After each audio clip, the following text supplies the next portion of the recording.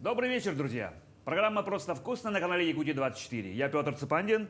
Находимся, как обычно, в гастростудии у нашего друга Семена Тарбакова. Семен, приветствую.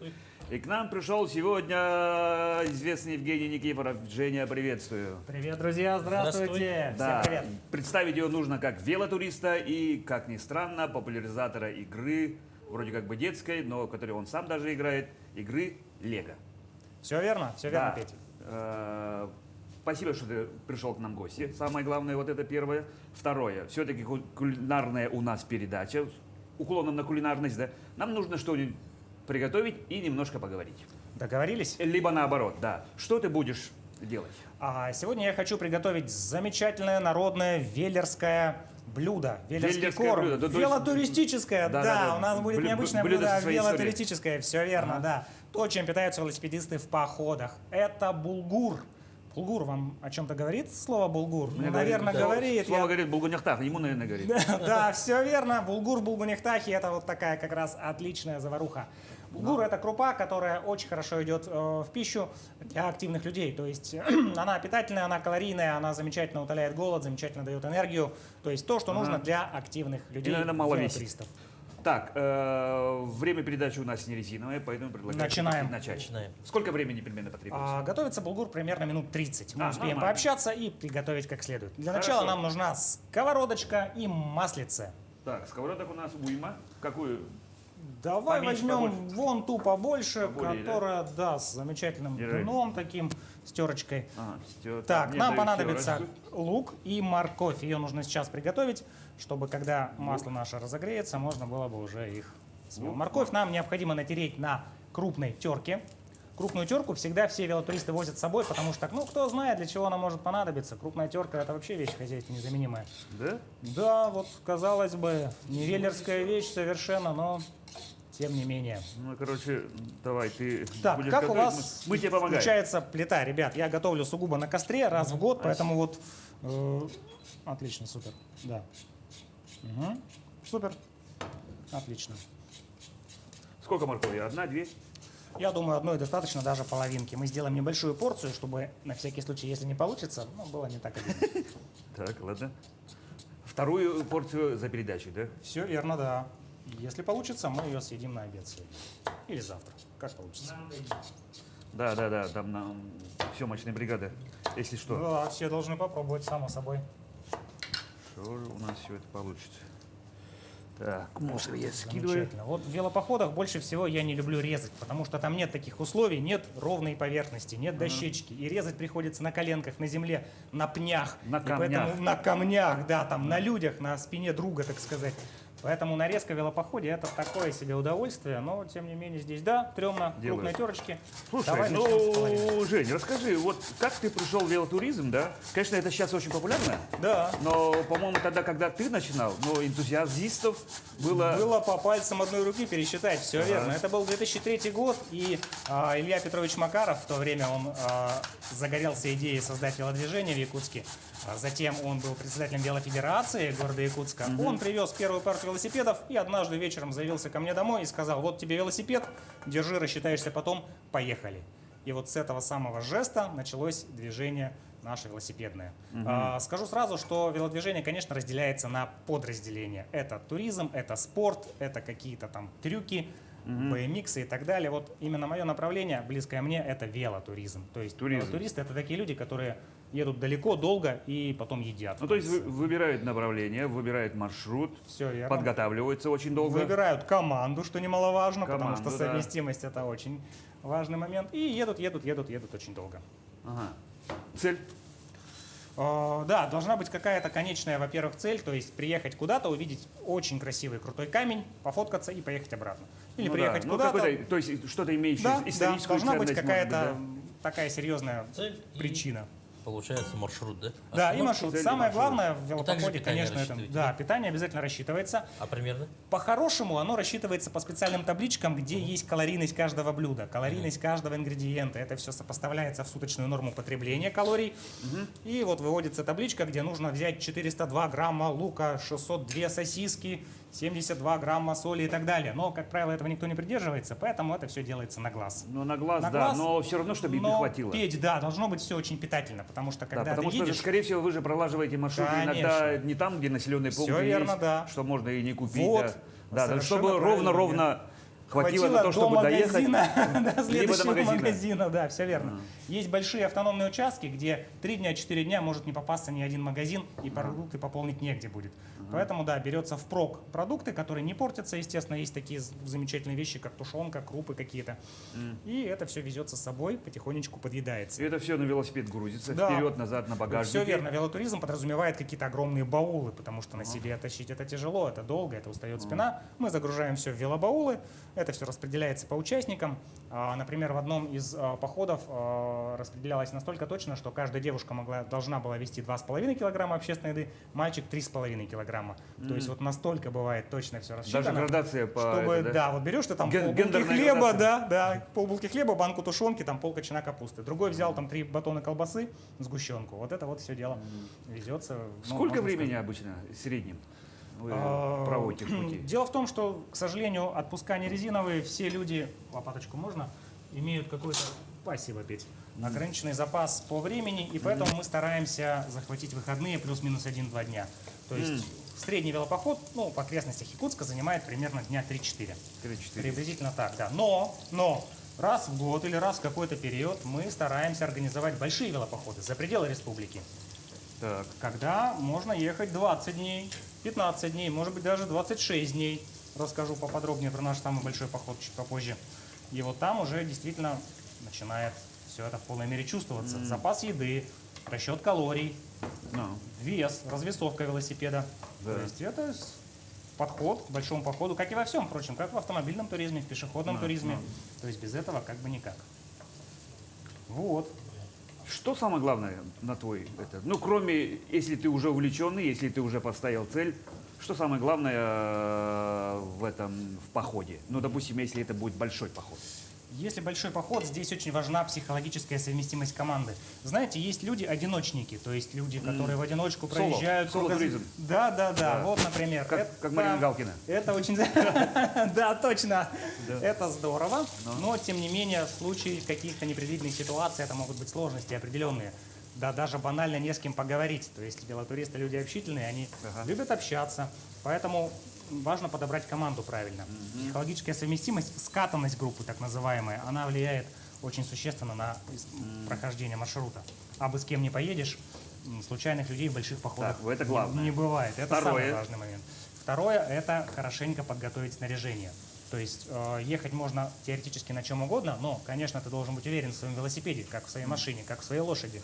как Ну, в хотя бы своем- на 90%. Хотя бы на 90%, да. Хороший велосипед, хорошая одежда, хорошее снаряжение, запасные части, ну и базовые знания Ремкомплект технические. какой-то, Ремкомплект обязательно. Технические моменты, это очень важно, да. Запасные покрышки, запасные камеры, запасные цепи, запасные велосипеды, это в порядке вещей, да.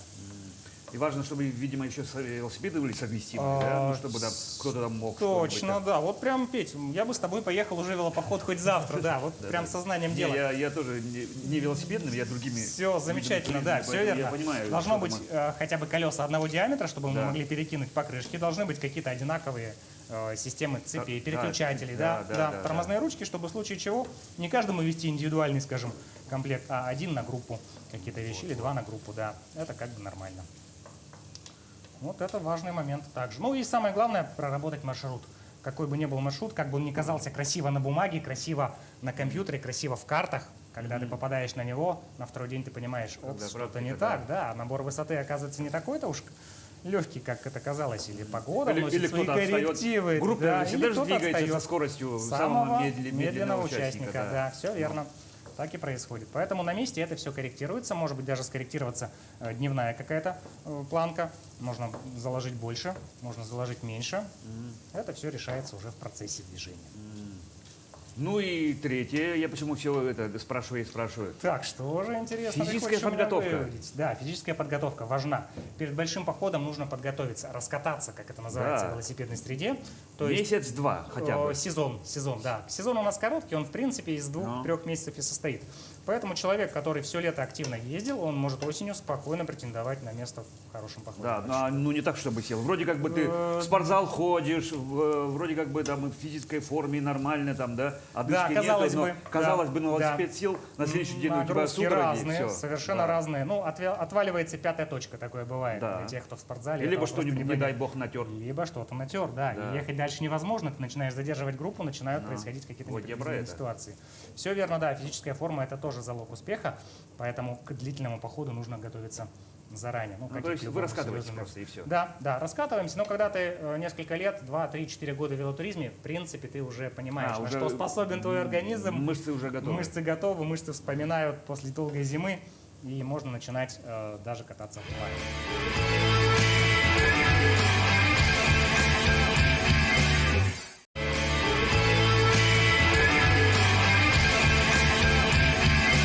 Сейчас нам понадобится наш булгур непосредственно. Мы его обжарим предварительно, прежде чем варить. Да, Я думаю, вот грамм он. 100 будет достаточно, да. Булгур выглядит как нечто среднее между рисом и Да, я потому что чем-то немножко еще. как будто желтый рис, да? Да, на мелкий? самом деле это пшеница. То есть булгур не что иное, как термически обработанная пшеница. Да, история булгура вообще уходит в какие-то библейские времена.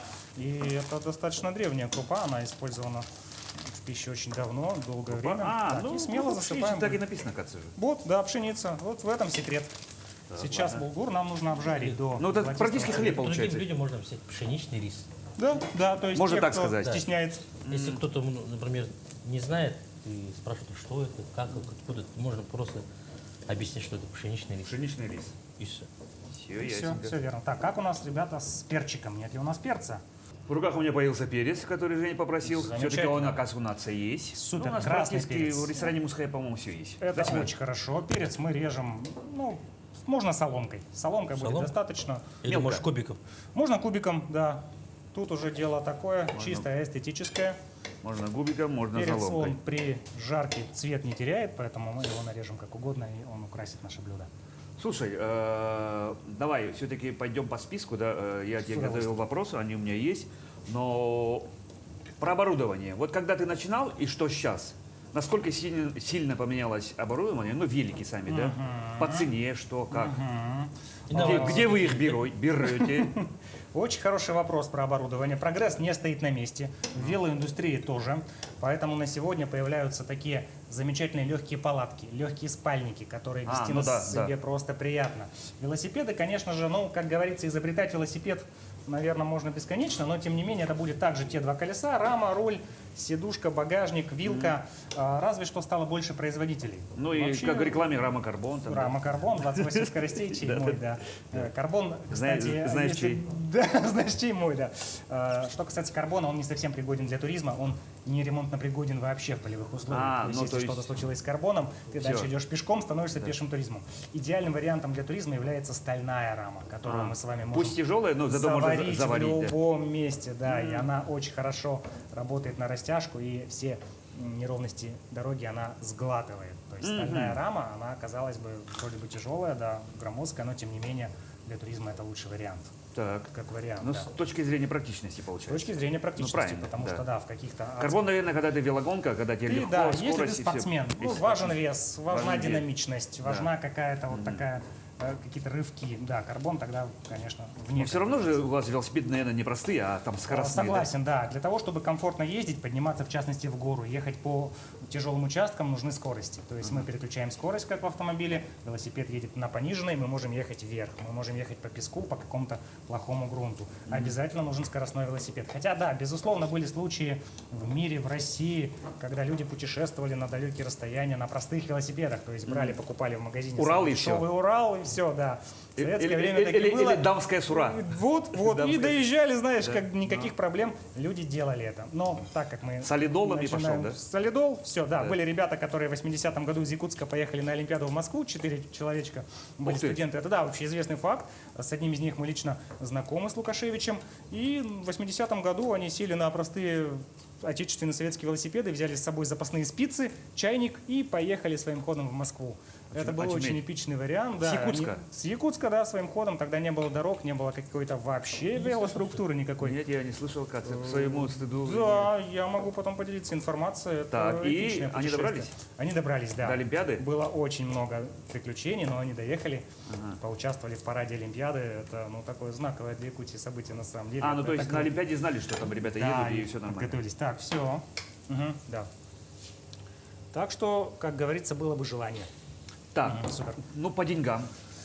По деньгам в последнее время, конечно, это все становится очень накладно. Оборудование импортное, велосипеды под себя приходится заказывать либо индивидуальной геометрии, либо покупать специальные туристические велосипеды. Это достаточно серьезно. Затрата, да? Да, Ну, вот затратно. ты, например, для себя, да, скажи, сколько ты велосипедов уже поменял?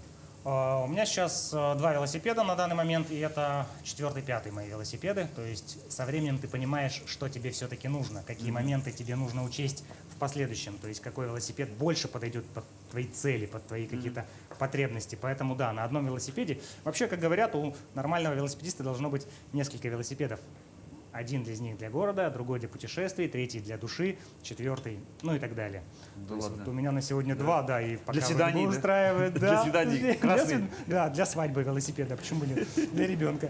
То есть это нормальное явление, но как бы здесь насколько реагирует адекватно твоя вторая половинка на это. И лучший вариант, когда у тебя супруга или супруг, если ты девушка, занимается велотуризмом тоже. Вот да? это прямо бинго, да. Затраты возрастают в 2 раза, но зато нет никаких недопониманий. И вы на одной волне, вы можете собраться и поехать в семейный велопоход. И это очень здорово, поверь. Можно хорошо. Здесь. Так, ладно. Вот. Ну, сколько вы в среднем в день проходите?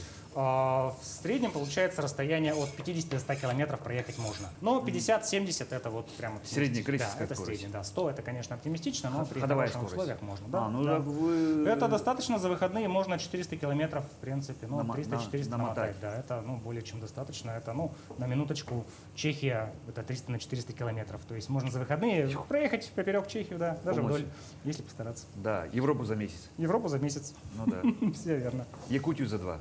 Якутию, ну, Якутию, да, близко к тому, да, Якутию за 2, учитывая наши дороги. все верно, да. Слушай, а как люди относятся к дороге? Все зависит от местности. Есть регионы, есть направления, маршруты, где население очень часто видит велотуристов. И поэтому они к этому готовы. Привыкли и все. Да, привыкли. То есть для них это как обычно. Проехала машина и все. Но тем не менее попадаются какие-то регионы, где велосипедист это дикость. В каких-то деревнях на Байкале, в Бурятии, даже в Крыму, в некоторых глухих деревнях велотурист экипированный, красивый, яркий. А если еще несколько, вызывает просто какой-то, ну, не то что восторг, а прям, ну, Минимум желания необычно, сфотографироваться. да, минимум, а максимум там что-нибудь попросить на память, да, подарите нам колпачки от ниппеля, подарите нам денег и так далее. Такое бывает, да, это не секрет, то есть люди пытаются... Слушай, а то, как-то- что ты все рассказываешь, вот ты говоришь, Грузия, там, да, Алтай, там еще что-то упомянул некоторые Да, направления. да. Это ты уже везде был. Да, мы проехали достаточно много. Всерьез мы начали ездить с 2006 года. Это был Байкал, далее Магадан в 2011 году, Ленинградская область, Новосибирск, Алтай, Грузия, Байкал еще раз. И вот в этом году, возможно, не будем загадывать, но у нас запланирован поход по Турции. Турция это целый, ну это гастротур так называемый, потому что турецкая кухня, она очень хороша.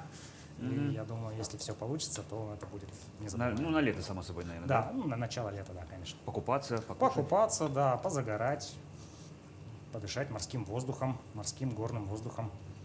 Так, теперь нам нужно это залить водичкой. Нам нужен будет кипяток. Очень важно заливать именно кипятком, чтобы не прервать термическую связь, так сказать. Так, Пока ну- его можно закипятить, да, он будет, ну, пол-литра кипяточка, я думаю, закипит Немного, да? быстро, да, немного, чтобы...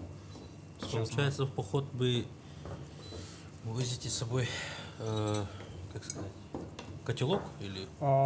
Да, основная костровая общественная посуда заключается в основном в котелке. В походе готовится все в котелке. 2 котелка, один для чая, для кипячения воды, другой для супа. В основном, конечно, в походах питание происходит жидкое, то есть при движении происходит потеря жидкости в организме. И горяченький суп, горяченький борщ, горяченький какой-то бульончик, он очень хорошо восстанавливает. То есть кашами, ну, какими-то такими продуктами питаются редко и на завтраке в основном. Да, вечерний рацион – это в основном супчик. 2 котелка, сковородочка для обжарки овощей, в принципе, достаточно. Вот базовый минимум, без изысков. То есть, да, я видел людей, которые возят там, ну, не знаю, шампуры, например, еще что-то там, кофеварки, но как бы на практике такое, да, не происходит. Коптилку, да? Коптилку, да, для рыбы, например, или еще что-то такое серьезное. Это бывает крайне редко и в лайтовых. А газовые плитки маленькие? Да, в регионах, где проблемы с дровами, лучше всего готовить на газу. То есть по Якутии, когда путешествуешь, очень много валежника, сухостой, дрова, они просто лежат везде. Конечно, с соблюдением всех необходимых мер безопасности можно развести костер. У нас всегда есть лопатки какие-то необходимые для того, чтобы костер локализовать, если что. А вот в регионах, где, скажем, повышенная влажность, то есть проблема была в Грузии, когда на перевалах совершенно нечего использовать как топливо, там, да, вот приходят на помощь газовые горелки, либо мультитопливные, которые работают на бензине. Бензин, конечно, можно раздобыть в любом практически поселении. С газом немножко сложнее, нужно вести с собой газовый баллон. И на горелке тоже готовить достаточно комфортно, почти как дома. Вот на костре есть тонкости, да, потому что костер, он регулируется довольно-таки проблематично. Уменьшить, убавить или увеличить огонь на костре нужно постараться. Нужен опытный костровой. Ну, как мы да. называем. В каждом походе должен быть костровой, который вот просто следит за состоянием костра и все. Просыпается раньше всех, разжигает костер, позже всех ложится, этот костер тушит. А вот получается, в походах, наверное, сложновато, да? Питаться именно правильно. Ну, не то, что правильно. Получать полный объем питания.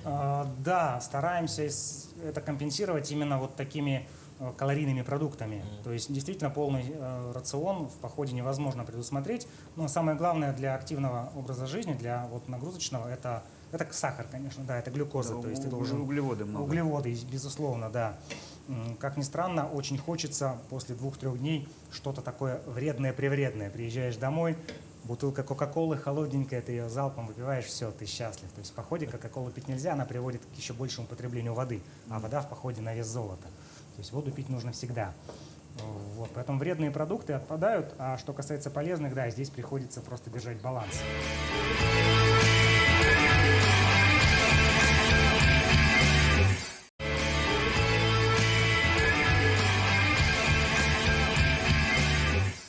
У нас тут осталась маслица. Давай-ка А вот мы подсыпем ты говорил, еще да, чуть-чуть что вы были булгура. в Бурятии? Еще булгура? Да, немножко булгура, но же много. Слушай, ну вот ты Да, да. бываешь после походов худеешь? Сбрасывается вес? Есть такое мнение у многих, что да, сяду на велосипед, сброшу за лето 20 килограмм, ну или хотя бы 10, в велопоходе похудеть невозможно. Потому что, когда ты едешь, ты скидываешь калории, да, ты тратишь энергию, но когда ты приезжаешь на место стоянки, ты начинаешь активно кушать, восполнять эти калории макаронами, хлебом, кетчупом, соусом, и вот это все твой вес восстанавливает. Да, конечно, когда мы приехали с магаданского похода или с бурятского, ну, было минус килограмм 6, наверное, у каждого. ну вот я потому про что это, вот, да. Но за какое-то время короткое это все восстанавливается, Восстанавливается. набираешь свой комфортный вес. То есть использовать для похудения поход это ну такое себе удовольствие, но в принципе. Ну, я да. так В думаю, принципе, скидываешь, велотуристы же они все такие же подтянутые, Не сказать, наверное. что они да. Да, ну с лишним Лишний- весом-то тяжело же, Да, наверное. тяжело, конечно, лишний вес. Живот и что, 10 Да, килограмм. педалировать еще в гору, в жару, представляешь, это страшное дело, конечно. Поэтому велотурист, если ты видишь толстого человека на велосипеде, это не турист, а просто человек выехал покататься. Нашел велосипед и идет. Ну, что-то типа того. Да, не в обиду будет сказано нашим велотуристам. На твой взгляд, какое оптимальное количество людей в группе? Да, это выведено было эмпирическим путем. Так, кипяточек отлично. Теперь нам нужно его аккуратно очень залить сюда. Я даже вот возьмусь это. Да. Потому что там чуть-чуть маслица оно будет аккуратно залить. Ну, наверное, чтобы покрылась наша. Потому что же число выводится, я потому что сам бывал, да, и в пеших походах, и в сплавах. Всегда Безусловно. считается, что двое лучше, чем трое. Так? Все верно, да. Но в велосипедном туризме немножечко цифры другие. На мой взгляд, оптимально это 6 человек. 6 человек это прям здорово. Это, во-первых, 3 двухместные палатки, то есть по 2 человека спать в Да-да-да, палатке, это когда есть. комфортно.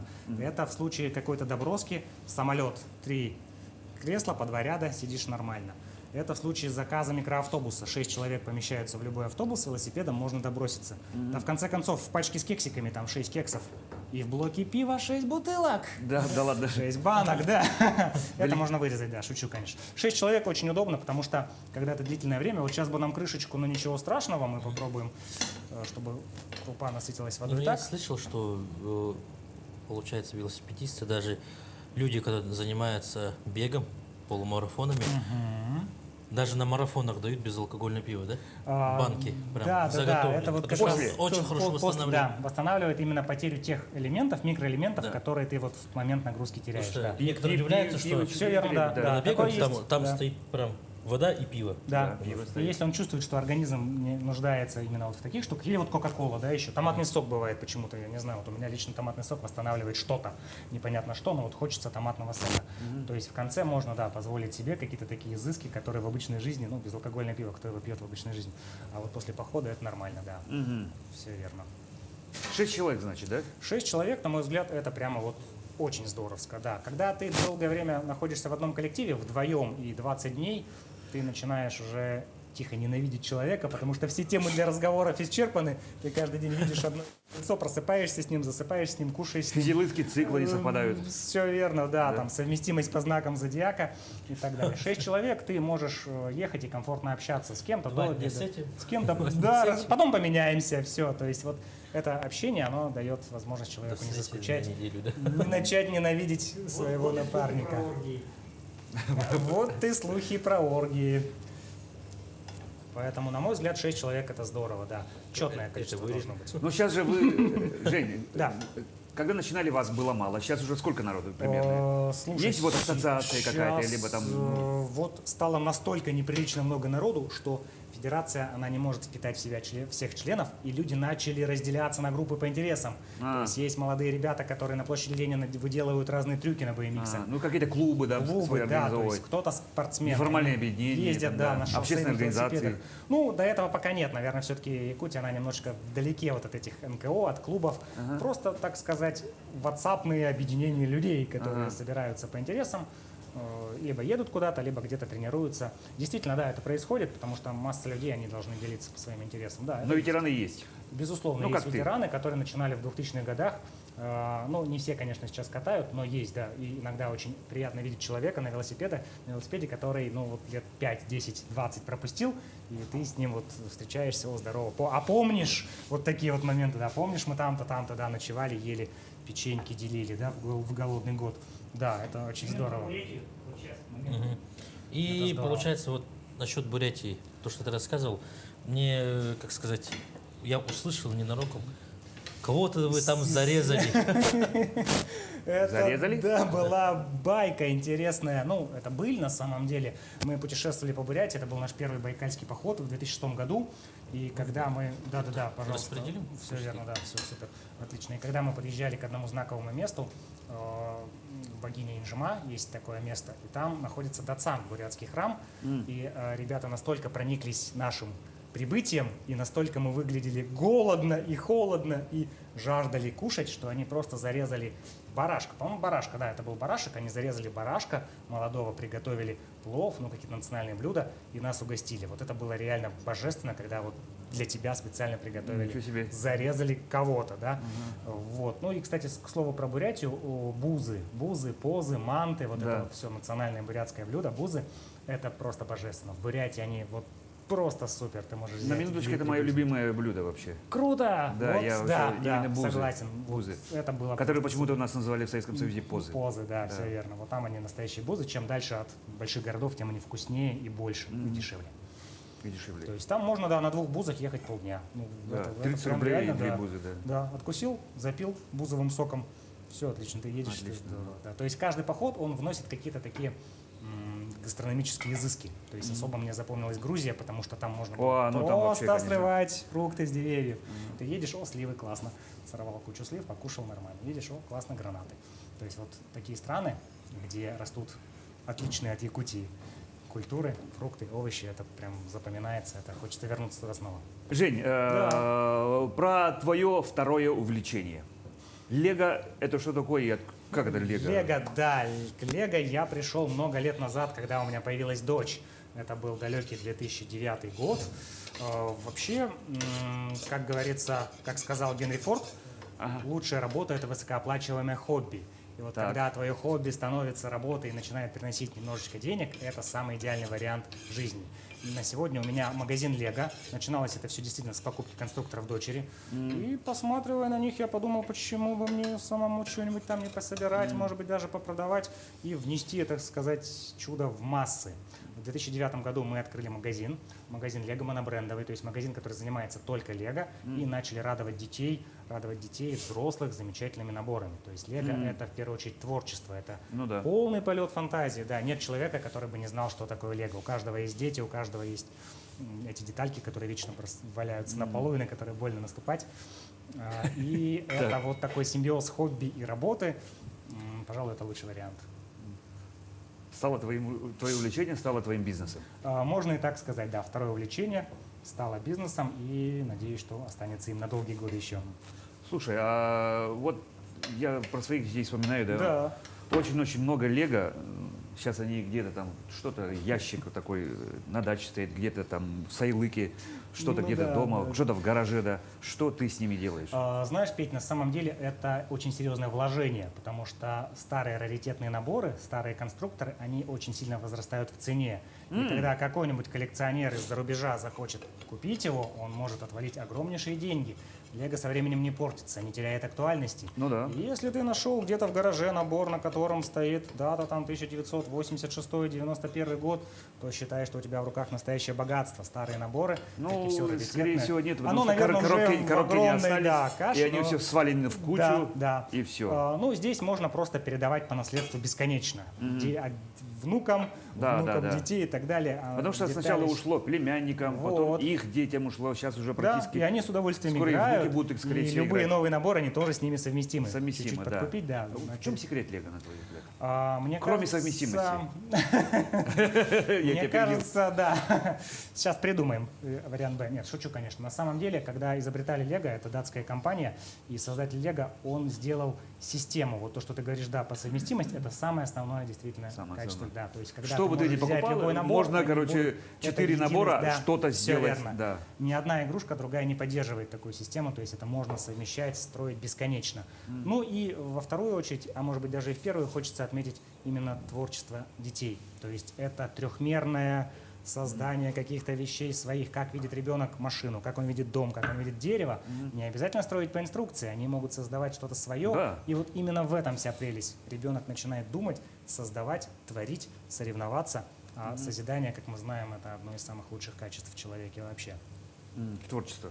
Творчество в том числе, да. Как говорится, желаю тебе счастья и творческих успехов. Творческих успехов. Это применимо к Лего. И побольше денег. Так. Так, нам нужно, посолить, поперчить. Кстати, Петь, пока мы не отошли от темы Лего, у меня есть замечательный подарок для вашей передачи. Ой. Это вот такой вот Лего-повар. Лего-повар, новый с подставочкой, да, Вот, держите. спасибо. Я думаю, будет достойным украшением. Прекрасно, спасибо. Вот, да, деньги потом занесете, но ничего страшного. Хорошо. Пусть стоит и радует людей, радует вас. Мобильный перевод. Договорились, хорошо.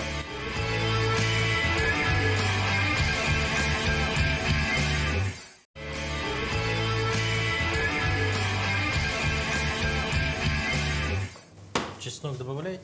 Вообще, да, на любителя, но я не ценитель чеснока. Можно половинку зубчика добавить, да, если есть чеснокодавка, мы можем.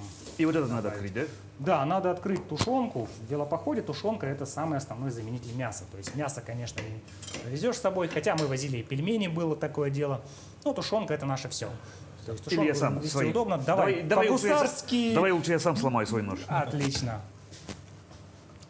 А вообще только тушенка или там может бывать рулька в томате? Нет, вот тут вот именно все должно быть канонично. Тушенка only. Нам нужна будет тушенка без жидкости, то есть ее нужно будет... Слить, да? Да, либо слить, либо просто выковырить мясо на какую-то тарелочку. Самый вкусный, короче, да? О, да, зелень, лучок, если есть петрушечка. Так. Держи. Резать там. Ну, резать будем в банке, конечно, да. То есть я вот... Я слышал, вы еще проводите квесты, да? Да, можно сказать, квесты. И один из самых первых дозорщиков. Все верно, да. Именно с дозора это и началось, когда пришла дозор игра дозоров в городе Якутск. Сейчас играют? Мы создали команду свою. По-моему, сошло на нет. Вот как бы играют, но прям совсем между собойчиком. А во времена вот расцвета дозора, это 2007-2006 год, это прямо были нешуточные битвы. То есть там прям Олимпиада отдыхает. Множество команд, интриги, скандалы, расследования. Все готовились к играм как, не знаю, к какому-то серьезному мероприятию. Это продолжалось год-два, и потом дозор немножечко покинул умы людей, и многие из них перешли вот в такие сопутствующие сферы. То есть мы с нашим однокомандником, с Дмитрием Аргуновым, начали проводить квесты. Квесты что-то в виде упрощенного дозора. Это были в первую очередь ресторанные квесты, которые Что-то проводились... типа Форт Боярда. Что-то типа, да, в локальном сегменте. Это может быть в рамках одного помещения, в рамках одной локации. Чучурмуран, например, мы там играли в ресторанах. Я был участником. Да, слушай, Бревна вы участвовали, таскали, и, по-моему, бегали. вы там выиграли что-то. Мы выиграли, мы первые месяцы. Да, это должно тебе запомниться было. Это круто. Да, это вот, круто, да, квесты это сплачивают людей. А какие там призы? Призы? Призы, проигравший оплачивает счет в ресторане. Да, да. Ух ты. Что-то Что-то такое. типа Да? того. Ну, там Ну, больше, мотивация. больше не за Это призов, был а... движ, да, это это был была движ, да, именно- больше, да. И это было что-то новое. Да. Это было что-то новое, Да, оригинальное, это и возможность мы пообщаться. собрались, ну, совершенно, скажем так, не командой, ну, может быть, друзья, ну, конечно, да, и Ну да, Да, там объединялись люди, которые иногда, фи- может быть, особо-то и не общались. в этой особо жизни. не общались, но как-то каким-то образом мы нашли друг друга и заняли первое место. Да, неплохо Там провели время. и интеллектуальные, по-моему, что-то было. что Задания такое, да. бывают разные. Им да, нужно силовые, было, нужно было например, бегать, да, бегать, силовые немножко какие-то где-то были, там, да. да. Так, спасибо. Что-то на сноровку там, да? Да, то есть вот эти моменты, они как раз очень хорошо позволяют людям раскрыть свои какие-то секретные возможности, тайный потенциал. А какие квесты сейчас популярны вообще? Ну, Сейчас очень Что больше всего много используется детских квестов, наверное, вы слышали, даже, может быть, видели рекламу. Детские квесты проводят на мероприятиях. День рождения ребенка, какие-то выпускные в садике, в школе и так ну, далее, детские квесты. выездная какая-то организация. В основном это выездная, да. Есть несколько комнат квестовых, но, как правило, это одна локация, все однотипно, быстро надоедает. Вот выездные Ну да, квесты, один раз и которые- всё. Конечно, да, второй раз ты уже не пойдешь. А когда ты выезжаешь на место, где-то в лесу делаешь трассу, закапываешь какие-то тайники, секретики, задания, вот это вот, пожалуй, интересный вариант. Поэтому, да, квесты в основном выездные, но сейчас, последние 2 года, к сожалению, в связи с известными событиями пандемийными, вот массовые скопления людей, они нежелательны, скажем так, поэтому мы взяли небольшой тайм-аут. Я думаю, мы И вернемся. ждете. И ждем, да, когда Пишет новый сценарий, наверное. Да, пишем новый сценарий уже с поправкой. То есть там не ближе, чем 1,5 метра можно находиться от человека, Социальные даже если в станции, одной куда социальные. Не, для квеста для меня что-то, да, действительно очень такое родное, потому что мне родители делали квесты. Вот. Мне на 6-летие подарили воздушку и заставили где-то час ее искать. Вау, ну Да, слушай, там, оно да, того пройди стоило. 10 шагов туда-то, найди что-то, короче. я Открой вообще- это, достань это, переложи туда. Супер, И вот. я, вот и я когда видишь, делал жене предложение, я ее заставил обручальное кольцо искать. каким же образом сделать? Спрятал в одну из Тайно жвачек лавис. надеялся, что она не найдет. Да, лавис, спрятал обручальное кольцо. Супер. Да, и, короче, заставил ее там в Шикарно, комнате да. общаги, короче. Слушай, квесты Федь, да, делать, ты можешь сам проводить квесты, да, Да, если я- что, мы с я- тобой я могу. созвонимся, я думаю, да, придумаем. Отлично будет команда, класс. Ну, у меня очень жестокие эти испытания обычно Ну, бывают. иногда нужна жестокость, да. То люди говорят, а почему так лайтово? Мы хотели жести, мы хотели, Да, чтобы да. кто-то сломал ногу и так далее. Вот в таких случаях будем звать тебя, и вообще не вопрос. Почему нет, да? Можно сделать задание квеста, приготовить какое-нибудь блюдо. Вот Семен может в этом деле нам помочь. Так, Так.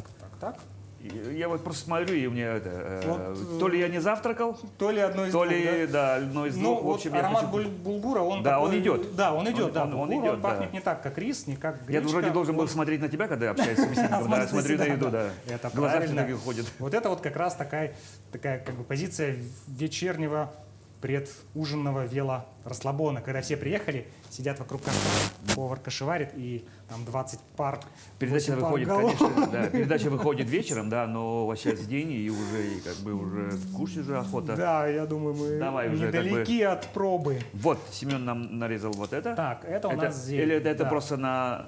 Это, наверное, на украшение блюда. Вот Ну да. чуть-чуть еще, да, мы будем, нас её- получается мы будем её готово, да? жарить. Практически, да, ну вот, наверное, да. Харе, да? Чуть потонится. немножко потонится. И всё, да, все Камон. Мы это разложим в обычные тарелки. Супер, мы подготовим посуду, вилки, ложки. Так, вилки ложками. Ложками, да. В велопоходе нужна только ложка. Вилка — это совершенно лишняя тяжесть. Ну да. Ложкой ты можешь есть суп, можешь есть кашу, а вилкой только кашу или что-то. Поэтому мы будем пользоваться ложками. Хорошо. Все. Отлично. Ну и сервируй. Давай-ка. Немножечко ждем. Ну да, вот есть такая команда. Готовим тарелки. Это когда все достают из своих баулов велосипедных свои мисочки, тарелки, раскладывают возле котелка. И тот, кто готовил, он следит строго за тем, чтобы каждому была порция Равная доза. равная доза, да, чтобы не было, что кому-то больше, кому-то меньше. Ух, Вау, красота. да. Вей-вей, да? Вот, да, вот так вот должен булгур на сковородке играть. Бери на вооружение. Отлично. Так, это всем нам. Так, да.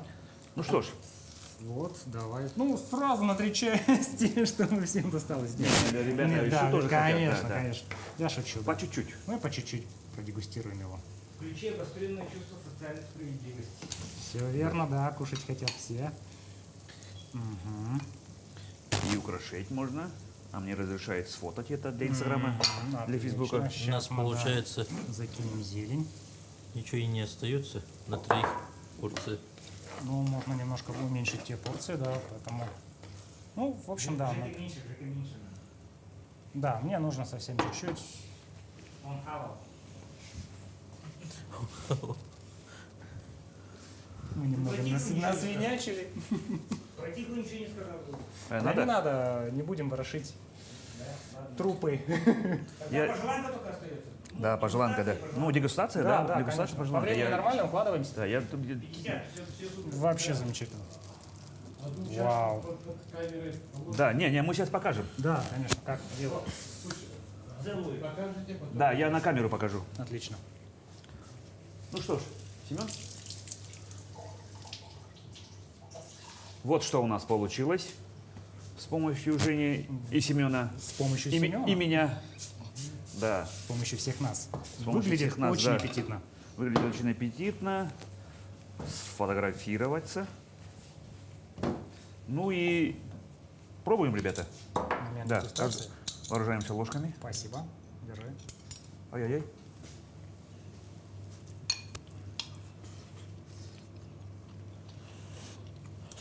Красота. Ну, неплохо, да. Супер. Семен просто сделал чудо. Это же получается, ну, какая-то такая каша-похлебка. Да, что-то нечто среднее. То есть она не жидкая и в то же время может подаваться и как гарнир к основному блюду, и в принципе как самостоятельное блюдо. Вполне, да. Сытно, просто, да? Да, сытно, просто, быстро и как бы без изысков. И в то же время булгур это все-таки что-то более оригинальное, чем рис. Гречка, которую многие не едят просто. Хотя в походах они начинают есть. Ну, как замена. Да, Может да, совершенно послужить, верно. да. Еще одна альтернативная крупа. Это очень круто. А все-таки чаще всего что кушаете? Макароны. Макароны. Макароны Ну, с просто тушенкой, углеводы, да. потому что длинные, Да, всё верно. длинные Да, углеводы. Длинные углеводы. Это вот самое святое. Макароны, тушенка, все, лучок, вот это вот самое основное. Жидкие макароны есть такое блюдо походное, когда оно в виде супа происходит. То есть не именно как макароны по-флотски, скажем, а просто супчик, макароны, там плавает тушенка, вот макароны это наше все, да. И очень мощно уходит хлеб. То есть, видимо, хлеб он тоже как бы такой углеводистый достаточно, да? И хлеб прямо вот на 6-7 человек, мужиков здоровых, булка хлеба за, За один присест. Но хлеб Ну надо да. возить с собой в большом количестве.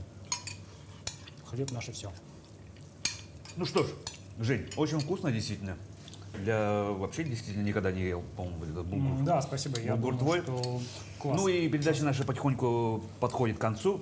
Давай дам тебе слово, что пожелание нашим телезрителям, чтобы ты, может, есть что сказать. Да, спасибо, Петь. Я хочу поблагодарить всех за компанию, за теплую такую кухню, за замечательное место и пожелать всем, самое главное, не болеть в это тяжелое время. Здоровье – это наше все. Здоровье нужно везде, и для велотуризма, и для обычной жизни. Поэтому, если мы будем здоровы, то все будет хорошо. Желаю всем здоровья и удачи. Спасибо. Да, Жень, спасибо, что был гостем нашей передачи. А я Петр Спасибо. Цупандин. На этом потихоньку прощаемся. Программа «Просто вкусно». Всего доброго и мирного неба над головой.